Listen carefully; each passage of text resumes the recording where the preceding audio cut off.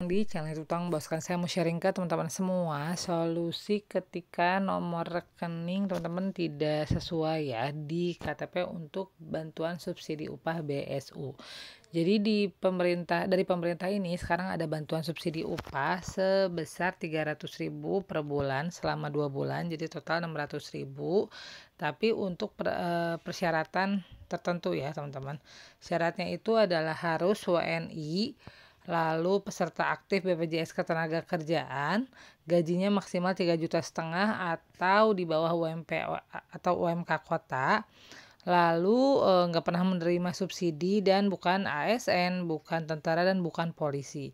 Nah, kalau teman-teman merasa memenuhi kualifikasi ini, teman-teman nanti tinggal isi aja nih. Untuk cek apakah teman-teman memang termasuk calon penerima BSU atau enggak, teman-teman tinggal klik NIK-nya berapa, tulis namanya, lalu di sini ada tanggal lahir, nama ibu kandung, nomor handphone, terus email. Nanti bakal ada notifikasi atau hasil seperti ini. Kalau misalnya teman-teman tidak masuk kriteria untuk penerima BSU, teman-teman dapat notifikasi seperti ini ya. Ini contohnya misalnya gajinya tuh 4 juta, sedangkan kan tadi maksimalnya 3,5 juta. Lalu kalau misalnya ternyata notifikasinya seperti ini, berarti itu sedang dalam verifikasi dan validasi dari BPJS Ketenagakerjaan. Nah, di sini kalau misalnya ternyata teman-teman dapat notifikasi seperti ini, nih udah centang hijau, ini tuh sudah divalidasi, berarti gaji teman-teman memang sudah di bawah dari persyaratan, lalu nggak pernah menerima bantuan sosial dan lain-lain. Nah, teman-teman tinggal update rekening. Di sini update rekeningnya itu harus update rekening dari Himbara, Himpunan Bank Negara, antara lain dari BSI, BRI, BTN, Mandiri dan juga ya udah itu ya. BSI, BRI, Mandiri, BTN, dan BNI. Nah, itu 5 ya.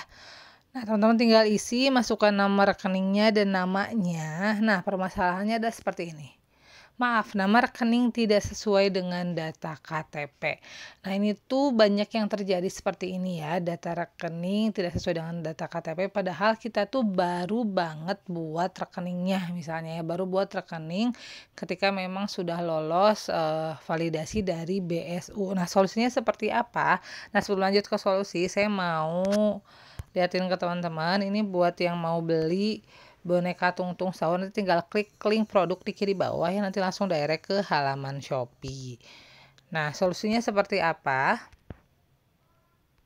Solusi yang pertama sih menurut saya teman-teman harus tunggu dulu 1x24 jam. Siapa tahu sistem yang error ya, karena banyak juga yang bilang sistem dari BSU BPJS Ketenagakerjaan ini lagi gangguan dan akhirnya terjadi error seperti itu. Saran saya teman-teman tunggu dulu 1x24 jam.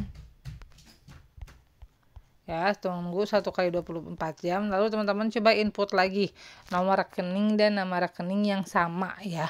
Kalau misalnya ternyata memang tetap masih error, nama kita nggak sesuai nih dengan nama KTP, seperti itu notifikasinya, teman-teman harus lapor ke HR.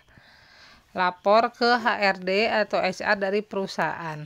Kenapa seperti itu? Karena ya sebenarnya untuk calon penerima BSU itu direkap oleh HR teman-teman di perusahaan masing-masing. Ini contohnya ya, ini kalau misalnya kita lihat data SIPP BP Jamsostek yang memang dipegang oleh HRD.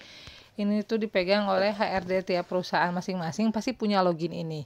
Nanti kalau mereka login, lalu nanti di sini ya ada data tenaga kerja calon penerima BSU.